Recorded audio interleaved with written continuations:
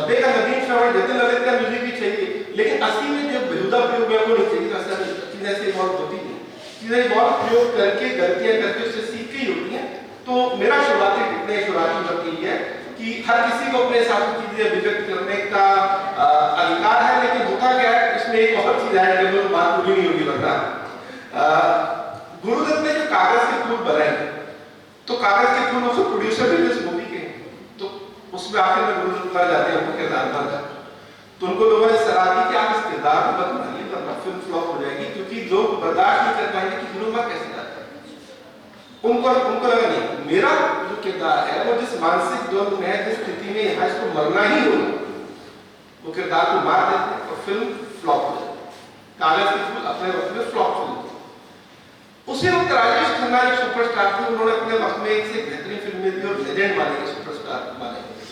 लेकिन ये भी सच है कि अगर आज की तारीख में किसी से कोई पूछे कि भारत के इतिहास की 5 अच्छी फिल्में बताओ, तो उसमें आपको प्यासा भी मेरी कागज के फूल भी मिले। तो कोई भी जो अच्छा काम होता है, मेरा मानना है कि वो टाइमलेस होता है, उसका जो निर्धारण है, उसका मूल्यांकन उसका वक्त ही नहीं करता, उसका आने वाला वक्त भी करता है। हो सकता है राजेश खन्ना अपने सुपरस्टार हो कि एक से एक सारी फिल्में हिट हो, लेकिन वक्त के साथ हो सकता है उनकी की गई बहुत सारी फिल्मों को बचका नहीं मिले कि यार ये कैसी फिल्म है। हो सकता है कागज के फूल अपने वक्त में लोगों को उतनी बौद्धिक क्षमता ना उसको एप्रिशिएट करने की, जैसे जॉर्ज ऑर्वेल ने जब 1984 लिखी तो लोगों ने उसे कहा कि यार इसमें तो बहुत ही राजनीतिक ओवरटोन है, ये नहीं चलेगी, लेकिन बाद में बेहतरीन आज भी क्लासिक नॉवल में माना जाता है। इसी तरह से अगर मैं कहूं कि जब एल्केमिस्ट लिखी पाउलो कोएल्हो ने, जो इतिहास की सबसे बड़ी किताबें हैं, उसको तकरीबन 49 पब्लिशर ने रिजेक्ट किया। शुरू के 2 साल में कहीं वो किताब की कोई चर्चा नहीं थी, लेकिन आज हम बात करते हैं तो इतिहास की सबसे बड़ी साहित्यिक किताबों में जो सबसे ज्यादा पढ़ी गई। तो इस फिल्मों के साथ भी शशांक रिडेम्पशन जो अभी का कोई भी IMDb रेटिंग उठा के देख लीजिए तो उसमें आप शुरू में 3-4 फिल्मों में शशांक रिडेम्पशन मिल रही है, लेकिन शशांक रिडेम्पशन अपने वक्त में फ्लॉप हो गई थी। तो मुझे लग रहा है कोई भी एज ए क्रिएटर आप अगर ये पहले करके चले कि नहीं यार मेरा वक्त उसे अप्रिशिएट करेगा कि नहीं, तो आप कभी भी कुछ रच नहीं पाएंगे। आप अपने कन्विक्शन को शब्दों में उतारिए, हो सकता है आपके वक्त में वो समझ ना हो, लेकिन हो सकता है कि 4-5 साल 10 साल 20 साल बाद वो वक्त आएगा जो समझेगा कि आपकी संवेदना क्या थी और उसको अप्रिशिएट करेगा।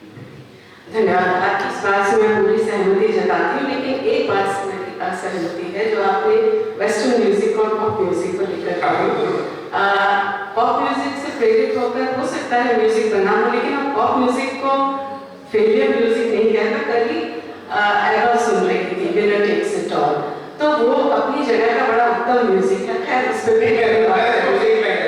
पॉप म्यूजिक को फेलियर नहीं था। 80 के दशक में हिंदी सिनेमा में बहुत सारा इस तरह का हो रहा था जो लोगों को बड़ा विचित्र लग रहा था और समझ से परे था, क्योंकि जो लोग कॉपी भी कर रहे थे कहीं और से इंस्पायर होकर कर रहे थे, और वो कह सकते हैं कि हल्की कॉपी या सस्ती कॉपी थी। मैं पॉप म्यूजिक के खिलाफ नहीं हूं, मैं तो खुद ही कह रहा हूं कि हर तरह का एक्सप्रेशन सोसाइटी में होना चाहिए। संजय शंकर जी, जैसा कि आपको पता है विषय हमारा है कि साहित्य क्या सिर्फ मनोरंजन की तरफ अग्रसर हो रहा है, तो मेरा प्रश्न पहला यही था कि आप किस वजह से, किस चीज से प्रेरित होकर लिखते हैं? संक्षिप्त रखें इसको।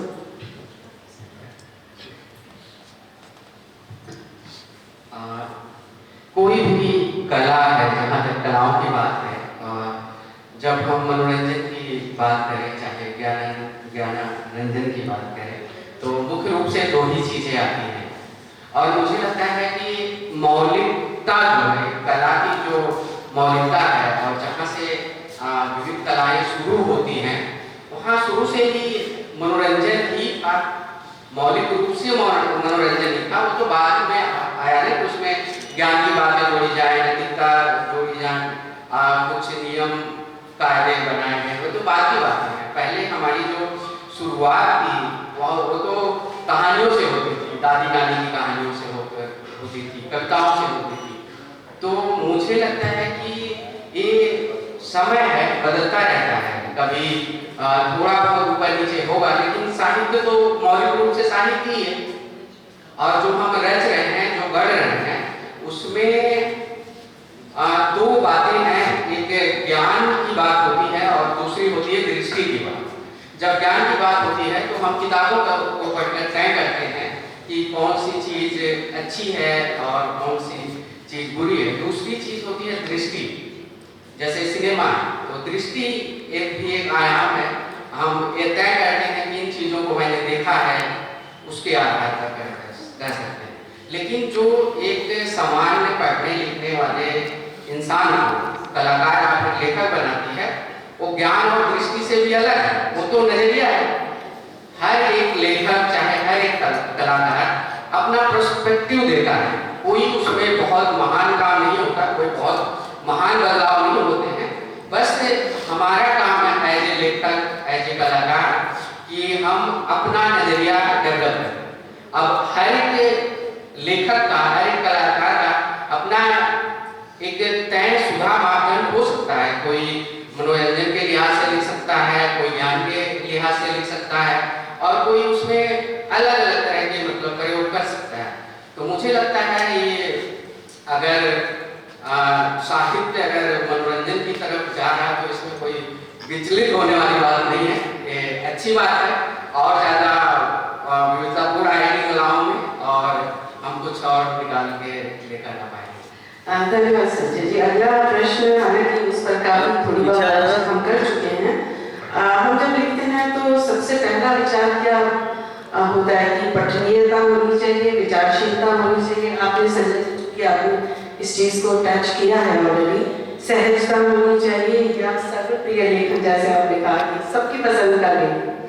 और दूसरी बात कि जब आप खुद लिखते हैं तो आपके मन में क्या होता है?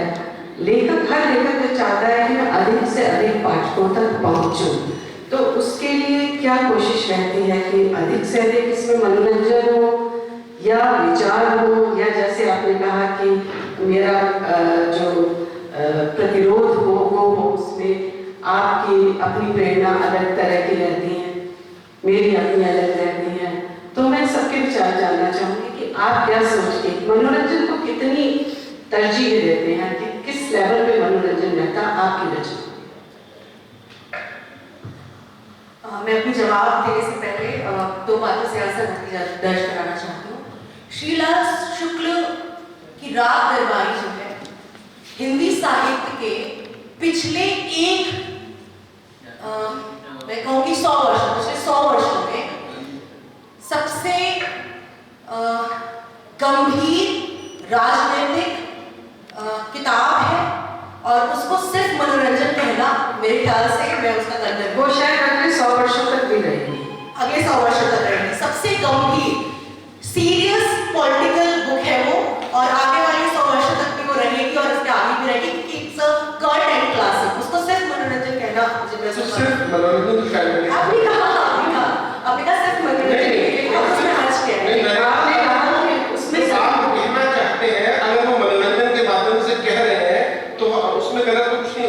उनका पूरा इंटेंट है, उनका पूरा स्ट्रक्चर है उस नॉवेल का, कि आखिर में क्या स्थापित करना चाहते हैं। लेकिन उस स्थापित करने के क्रम में अगर वो लगातार उसको एंटरटेनिंग भी बनाए रख रहे हैं, मनोरंजन भी बनाए रख रहे हैं, तो उसमें क्या आगे लिखा? मुझे मनोरंजन की बात खुद देख रहा हूं, मैं समझता हूं। मुझे दूसरा है, आपका कहना है कि इसमें पूरा स्पेक्ट्रम है लेखन का। और दूसरा, जब आप संगीतकारों का नाम दर्ज करवा रहे थे कि किसी को रफी पसंद हो सकता है, किसी को जैसे मुझे पर्टिकुलरली गीता दत्त और हेमंत कुमार बहुत पसंद है ना, पर मैं डोमिनेट नहीं करती कि सबको गीता दत्त और हेमंत कुमार पसंद करें। पर्सनैलिटी है, किसी को हनी सिंह पसंद है, किसी को जो रैप करती है पूजा है ना, स्कूटी मैंने ले ली आज, समथिंग समथिंग, किसी को भी पसंद है। लेकिन जो एक स्टेटमेंट है कि जो कुछ भी लिखा जा रहा है उसका स्वागत किया जाना चाहिए, तो मुझे ऐसा लगता है कि वहां पर आलोचना का रोल खत्म हो जाना चाहिए, खत्म हो जाता है। जो कुछ भी सिनेमा बनाया जा रहा है उसका स्वागत करना चाहिए, तो जो सिनेमा के क्रिटिक है उनका रोल खत्म हो जाता है। हिंदी साहित्य में जो कुछ भी लिखा जा रहा है अगर उसका स्वागत होना चाहिए था, तो नामवर सिंह, मैनेजर पांडे, तमाम सारे आलोचक, निर्मला जैन, अभी रोहिणी अग्रवाल, रश्मि रावत, इन सब का रोल तो जीरो हो जाना चाहिए। क्योंकि बेसिकली ये क्या करते हैं कि लिखे हुए को मूल्यांकन करते हैं और लिखे हुए को तथ्यात्मक रूप से, वैचारिक रूप से इसका आकलन करते हैं। और मैं सच बताऊं सर, लिखने से कहीं ज्यादा मुश्किल है मूल्यांकन करना, क्योंकि मूल्यांकन करने में आप इतने से चूके तो आपकी जो पूरी बनाई हुई जो इमेज है आलोचक की वो धराशायी हो जाएगी। तो क्रिटिक्स का रोल हम जीरो नहीं कर सकते। ये स्टेटमेंट बोलती है कि जो कुछ भी लिखा जा रहा है, जो कुछ भी बनाया जा रहा है, उसका देयर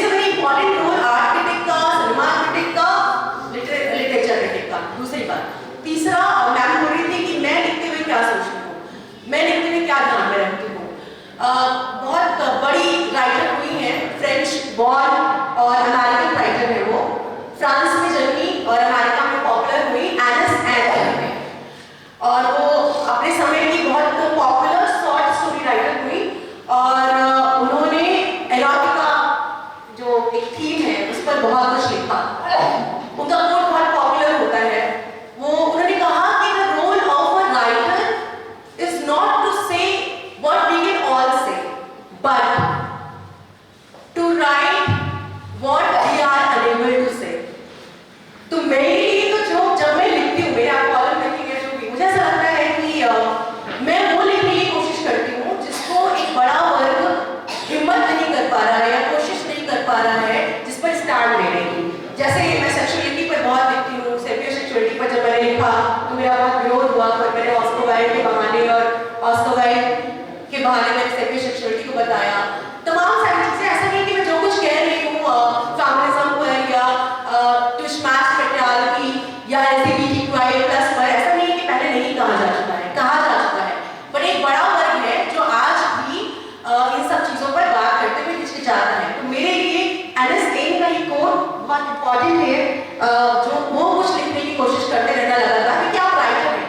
ऑस्को वाइल्ड ने बहुत अच्छा लिटरेचर के बारे में कहा है कि लिटरेचर क्या है, साहित्य क्या है। हम लोग कि मनोरंजन और साहित्य के बारे में बात करें, साहित्य क्या है। वो कहते हैं कि साहित्य जो है ना वो एंटिसिपेट करता है लाइफ को। तो एंटिसिपेट क्या करेगा, एक कॉमन टेक्स्ट से लिटरेचर में फर्क क्या है। मतलब मान लीजिए गद्य लिखा हुआ है, टेक्स्ट लिखा हुआ है, हम कैसे डिफरेंशिएट करेंगे कि ये नॉर्मल टेक्स्ट नहीं, लिटरेचर है। कुछ तो